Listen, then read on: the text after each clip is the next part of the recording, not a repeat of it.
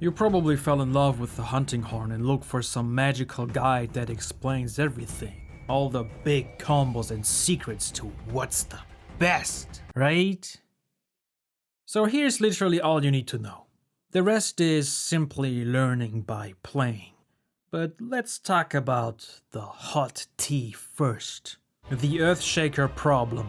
Earthshaker seems like the one move that is the absolute best option for the hunting horn. Compared to this cocoon, it's pretty amazing. Now the damage number is pretty high, but here's the problem. There's almost never a good opportunity or reason to use Earthshaker. If you want to deal the biggest number of damage, which I honestly don't give a bullfangled shit about, you have to hit the monster's head, which requires you to reposition yourself within the fight.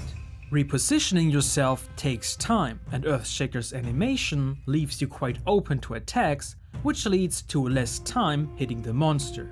I've seen players literally do nothing else but run cycles around the monster to only spam Earthshakers. But Earthshaker shines the brightest when you try to get the monster out of the air or deal a big amount of damage when a monster is leaving your spot. Earthshaker's animation takes a long damn time. While I put off this move, I can listen to both Dango songs twice while making myself a hot drink. Listen to this. If you hit the overhead smash twice within your regular combo, you already outmatched Earthshaker's damage. But what's with stun damage, you may ask? Earthshaker is a great tool if you hit the head after you already build up the next stun. With the ability that boosts stun damage by 40%, you easily knock out monsters that try to get away from you. Hitting the Earthshaker on the body is a big waste of time, which you can see here.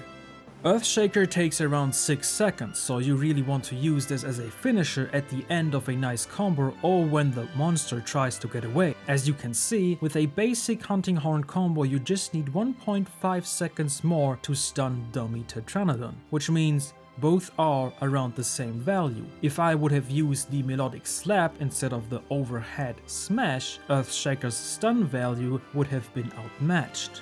Now let's look at Bead of Resonance.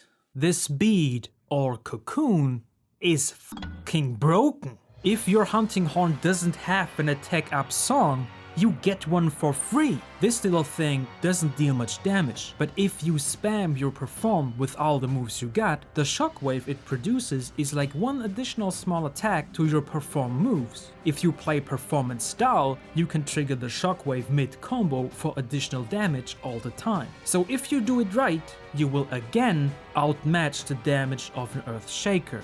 You know, I actually think the cocoon deserves a bit of a buff. Or maybe just that if you do the big spin, there are 3 shockwaves instead of 1, which would make using the cocoon in Echo style much better. A funny side note, you can be on another planet and still trigger the cocoon with its shockwave and buffs using perform. And on top of it, if you're close enough you can deal damage with the strings. If you should get hit in this animation, you will still put down the cocoon, dealing damage even if you are knocked away. I haven't tried yet, but I would guess another player can get you out of this animation by staggering you. In conclusion, if you are trash with the hunting horn but want to look cool, use Earthshaker. If you want to master it, use Bead of Resonance. Alright, let's talk about the most important stuff. First, your combo changers. If you want to deal more damage and exhaust the monster faster, use overhead smash. If you want to have at least 3 stuns easily every hunt, use melodic slap. The overhead smash damage is insane, but its stun value is absolute fatalis dumb. Melodic slap on the other hand has a crazy amount of stun value. It might appear that the animation is longer, but the big deal with this move is that you can combo after the second hit or let the animation play the heavy stun kick, which is absolutely fucking broken. You literally only need 2 full animations to stun this guy, while overhead smash needs 6.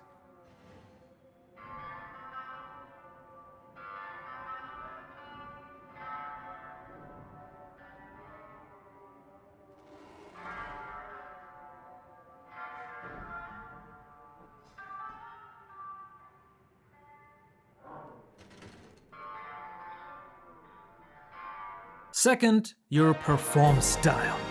Now I have to say this because nobody talks about it. Performance style is not attack mode, and echo style is not support mode or old mode. Performance and echo style are not about damage or support. They are about these three things: song activation, combo finisher, and movement.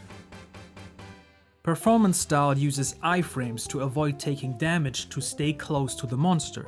Echo style needs a dodge roll to reposition, but can use perform to animation cancel the dodge roll for song activation and damage. In performance style, you double tap to activate a song, which means just with your opening combo, you can buff yourself and your team without using perform. The problem here is you can't play multiple songs at the same time unless you double tap twice within your regular combo, which you generally want to avoid because the swing attacks have long animations. In Echo style, you only need one note in your list to then activate your buffs with perform. If you have all three notes in your list, you activate all songs at the same time with perform and your magnificent trio still ready. But here's why none of this perform stuff matters. After doing your regular combo with the Hunting Horn, you literally only have to use Magnificent Trio to activate all buffs at once. So just for those jaggy brains out there who don't understand what this means, it means you only need to decide between your perform moves. Do you want a perform that hits low, has iframes, but is longer and deals less damage? Or do you want a quick upswing which has a huge range that deals more damage?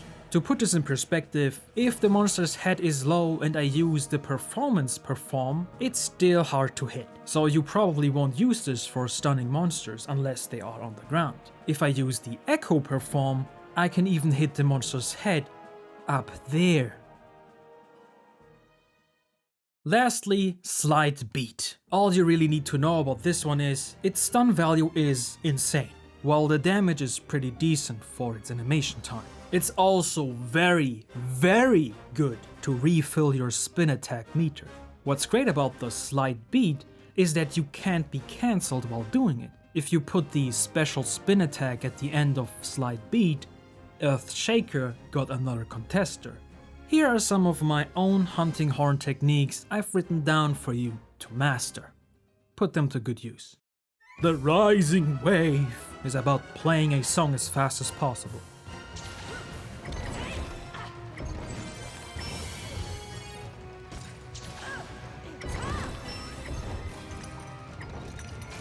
The 1000 Stings is for stacking ailments as much as possible.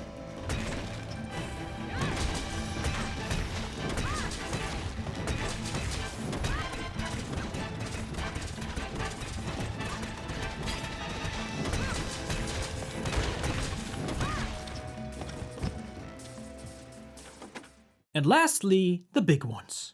First, the ultimate echo technique to blow monsters away, storming right at them. There are two styles: the unexpected Stormclaw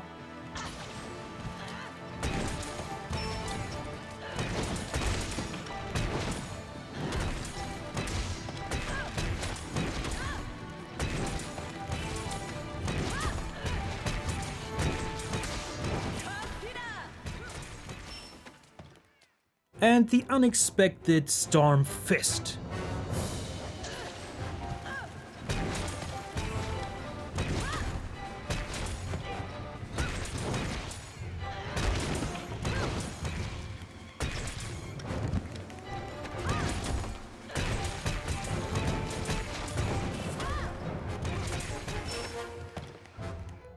Lastly, the ultimate performance technique to shock monsters from the sky. Again, there are two styles: the unexpected Thunderclaw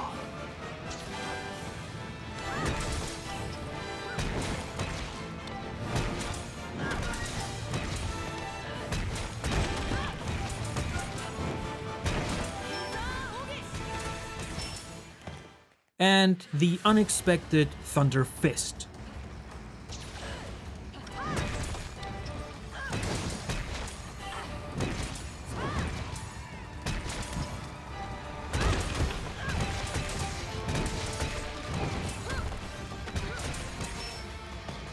Have fun pulling them off in an actual fight. It's harder than it looks. But, you know, you probably should stick to your meta shit.